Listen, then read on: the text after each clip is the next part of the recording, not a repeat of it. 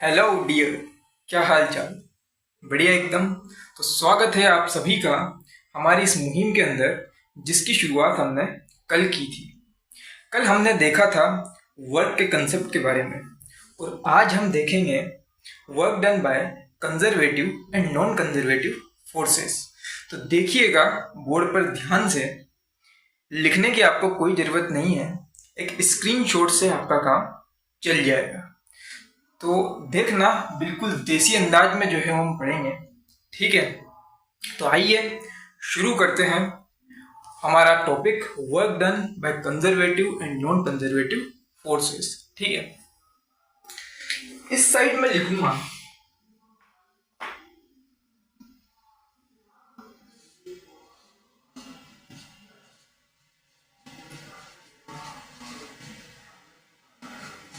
Conservative force, ठीक है। और इस साइड में लिखूंगा non conservative force, non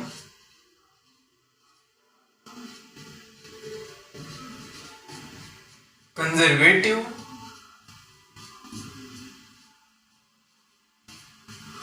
force, ठीक है। बीच में इनके डिफरेंस देने के लिए मैं एक लाइन जो है वो यहां पर खींच रहा हूं, ठीक है। सबसे पहले हम देखेंगे कि वर्क डन किस फोर्स का पथ के ऊपर डिपेंड करता है और किस फोर्स का डिपेंड नहीं करता, ठीक है। तो फर्स्ट पॉइंट जो है हम यहां पे डालेंगे कि जो कंजर्वेटिव फोर्स के द्वारा जो वर्क डन किया जाता है वो दरअसल पथ पे डिपेंड नहीं करता, वो डिपेंड करता है केवल इनिशियल और फाइनल पोजीशन पे, ठीक है। तो जो वर्क डन है कंजर्वेटिव फोर्स के द्वारा, वो कतई डिपेंड नहीं करेगा पथ के ऊपर, ये केवल डिपेंड करेगा हमारा जो है इनिशियल फाइनल पोजीशन पे, ठीक है। वहीं नॉन कंजर्वेटिव फोर्स की साइड हम देखें तो इसका जो वर्क डन होगा, work done by non conservative force, ये भली बात ही डिपेंड करेगा हमारे पथ के ऊपर, और ये डिपेंड नहीं करेगा इनिशियल और फाइनल पोजीशन पे। Means initial and final position पे डिपेंड ये नहीं करेगा, ठीक है। अब ये सब कैसे होगा, इसको बताने के लिए मैं आपको एक एग्जांपल जो है वो देता हूँ। मान लीजिए ये हमारा पास कोई एक पॉइंट है जिसे हमने ए नाम दिया, और ये जो है वो कोई दूसरा पॉइंट है जिसे हमने बी नाम जो है वो दिया। ए से लेकर बी तक जाने के लिए हमारे पास कई रास्ते जो है वो हो सकते हैं, ठीक है।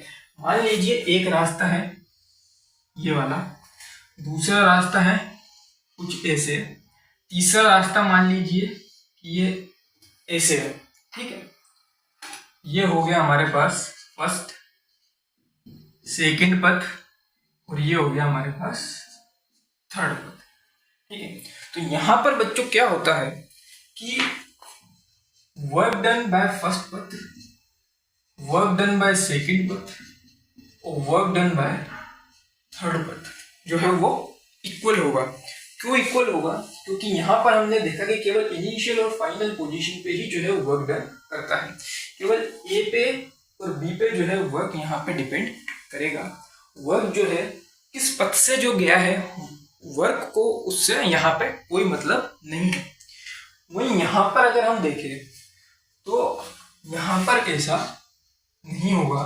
वर्क डन बाय फर्स्ट पथ, वर्क डन बाय सेकेंड पथ, वर्क डन जो है हमारे पास थर्ड पथ से जो वर्क डन यहाँ पे हम कर रहे हैं नॉन कंजर्वेटिव फोर्स के जरिए, तो वो यहाँ पर इक्वल कतई नहीं होंगे। ठीक है। सेकंड पॉइंट की अगर हम यहाँ पे बात करें तो सेकंड पॉइंट हमारे पास यहाँ पर होता है कि क्लोज्ड पथ के अंदर इनका जो कंजर्वेटिव फोर्स के द्वारा जो वर्क डन किया जाता है वो 0 होता है। वहीं वर्क डन जो कि नॉन कंजर्वेटिव फोर्स के जरिए किया जाता है एक क्लोज्ड पथ के अंदर, वो हमारे पास नॉन जीरो होता है। ठीक है। तो सेकेंड पॉइंट डाल के आप यहाँ पे लिख सकते हैं कि इन क्लोज्ड पथ जो हमारे पास वर्क डन होगा कंजर्वेटिव फोर्स के जरिए वो होगा हमारे पास यहाँ पे 0। ठीक है। उसी तरीके से नॉन कंजर्वेटिव फोर्स की तरफ अगर हम देखें तो यहाँ पर इन क्लोज्ड पथ में जो हमारे पास वर्क डन होगा नॉन कंजर्वेटिव के द्वारा वो नॉन जीरो होगा।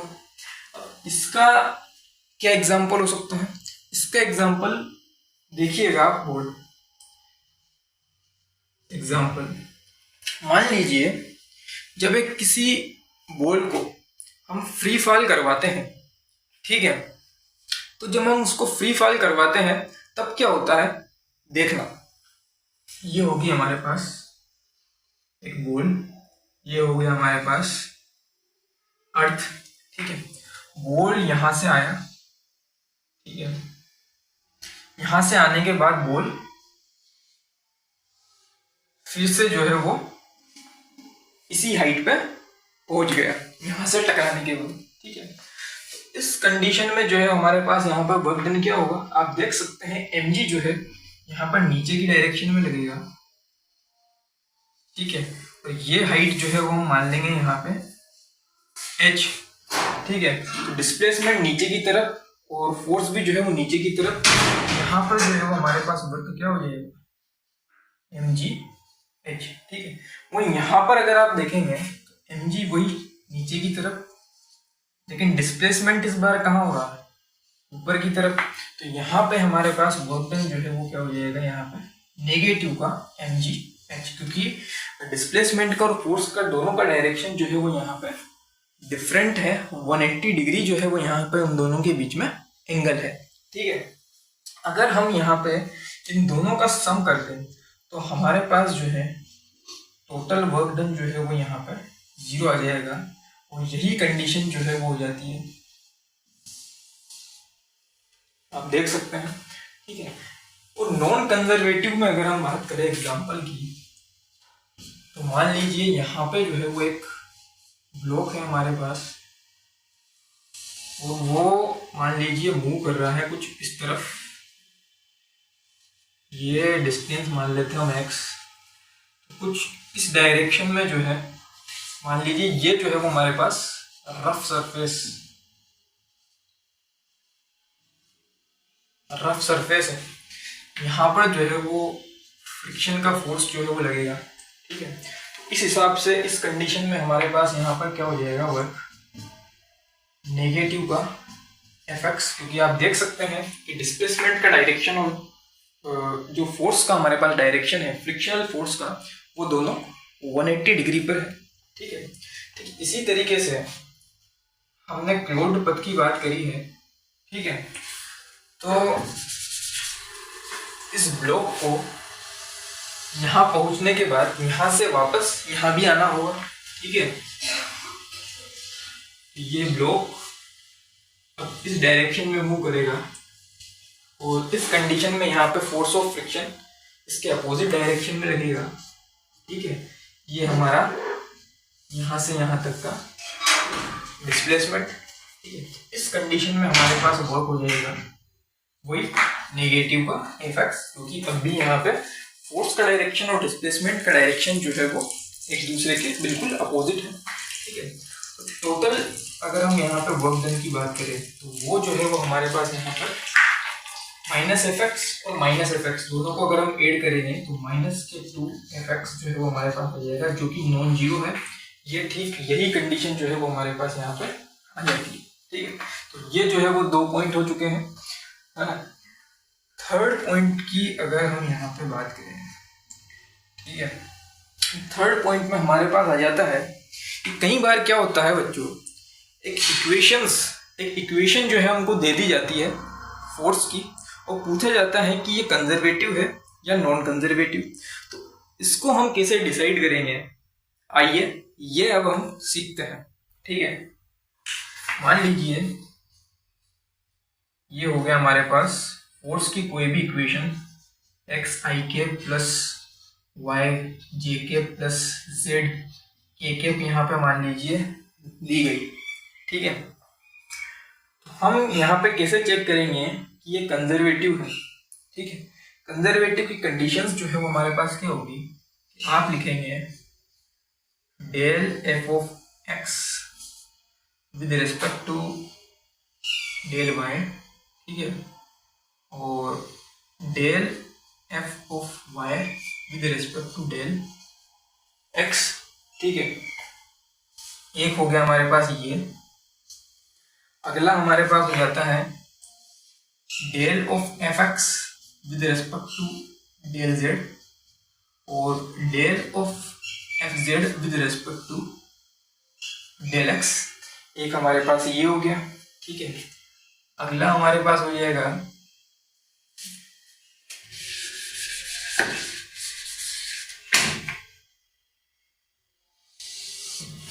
कि del of F Y with respect to del of Z and del of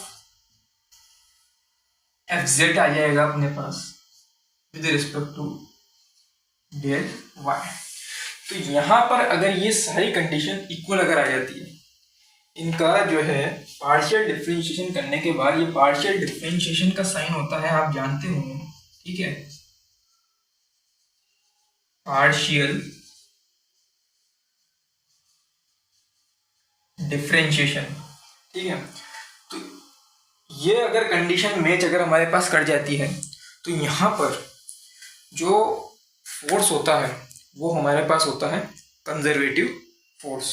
ठीक है, अब इसको याद करने का क्या तरीका है कि आप देखेंगे, हमने यहाँ पर डेल एफ एक्स लिया, फिर डेल वाई ले लिया, फिर डेल वाई जो है वो हमने यहाँ पर लिया डेल एफ ऑफ वाई, फिर यहाँ पर डेल एक्स ले लिया, है ना।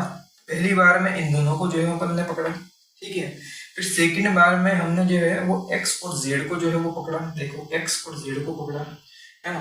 और थर्ड बार में हमने क्या करा कि वाई को और जेड को जो है वो पकड़ा। ठीक है, तो इस तरीके से ये रिमेम्बर करने का तरीका भी मैंने आपको यहाँ पे बता दिया है। ठीक है, अब हम देखेंगे कि नॉन कंजर्वेटिव फोर्स का पता हम कैसे लगाएंगे। तो सेम कंडीशन बिल्कुल यही है, बस इक्वल टू साइन की जगह जो है वो यहाँ पे आ जाएगा अपने पास नॉट इक्वल टू। ठीक है, यहाँ पर जो है वो आप देख सकते हैं, मान लीजिए यही थर्ड पॉइंट एफ हमारे पास दे रखा है एक्स आई के प्लस वाई जे के प्लस जेड के के। ठीक है, यहाँ पे जो है यही कंडीशन हमारे पास आ जाएगी, बस साइन जो है वो यहाँ पर नॉट इक्वल टू का आ जाएगा। ठीक है, आप देखना del F of X del Y del F of Y del x. ठीक है, यहाँ पर not equal to del F of X del Z और del F of Z del X not equal to. ठीक है, यही same del F of Y upon del Z not equal to del F of Z upon del Y. तो अगर conditions जो है non equal to वाली है तो हमारे पास नॉन कंजर्वेटिव फोर्स हो जाएगा, और अगर इक्वल टू वाली कंडीशंस अगर हमारे पास है तो हमारे पास कंजर्वेटिव फोर्स हो जाएगा। ठीक है, तो ये जो है हमारे पास 3 पॉइंट हो गए कंजर्वेटिव फोर्स में और नॉन कंजर्वेटिव फोर्स में। साथ में जाते जाते मैं इनके एग्जांपल्स भी जो आपको बताता चलूँ कि कंजर्वेटिव फोर्स कौन से होते हैं और नॉन कंजर्वेटिव फोर्स जो है वो कौन से होते हैं। कई बार वाइवा में जो मास्टर जो वाइवा लेने वाला होता है वो कई बार पूछ लेता है कि एग्जाम्पल कंजर्वेटिव फोर्स का और नॉन कंजर्वेटिव फोर्स। तो कंजर्वेटिव फोर्स में आप एग्जांपल जो है वो यहाँ पर लिख सकते हैं। फोर्थ पॉइंट जो है आप डालेंगे, एक हो जाता है हमारे पास यहाँ पे ग्रेविटेशनल फोर्स, ठीक है, ग्रेविटेशनल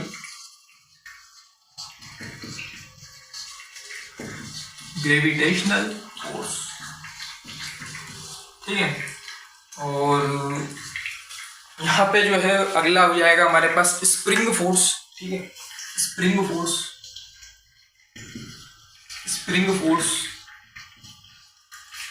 हाँ। और एक हो जाएगा हमारे पास यहाँ पर इलेक्ट्रोस्टैटिक फोर्स,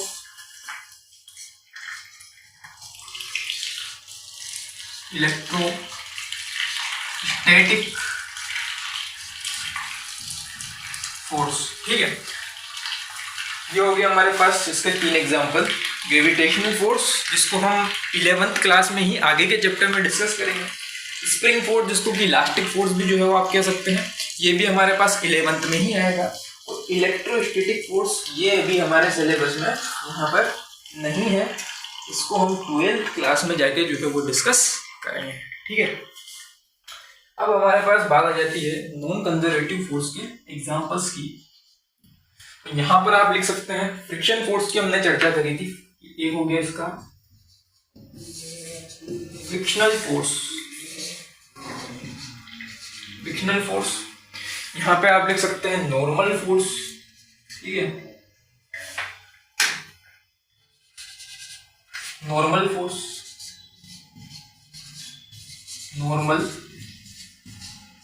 फोर्स। तो इसी के साथ जो है वो कंप्लीट हो जाता है conservative force, non conservative force के द्वारा कैसे वर्क डन होता है, क्या कंडीशंस होती हैं, ठीक है, क्या कंसेप्ट जो है वो इनके पीछे छिपा हुआ था, वो पूरा मैंने आपके सामने डिस्कस कर दिया है, ठीक है। तो इसी के साथ आज का जो है वो हमारा जो टॉपिक है वो कंप्लीट हुआ। कल हम अगले टॉपिक की तरफ जो है वो चलेंगे, ठीक है। आप जो है वो इसका स्क्रीनशॉट लेके रख सकते हैं, ठीक है। और मैंने आपसे जैसा बोला था कि एक स्क्रीनशॉट में जो है वो आपका काम होने वाला है, ठीक है। मैंने बिल्कुल इसको मिटाया भी नहीं, ठीक, बिल्कुल एक बार में ही पूरा बोर्ड जो है वो यहाँ पर भर दिया है, ठीक है। तो अब हम जो है वो कल मिलते हैं, आज के लिए इतना ही। Have a nice day.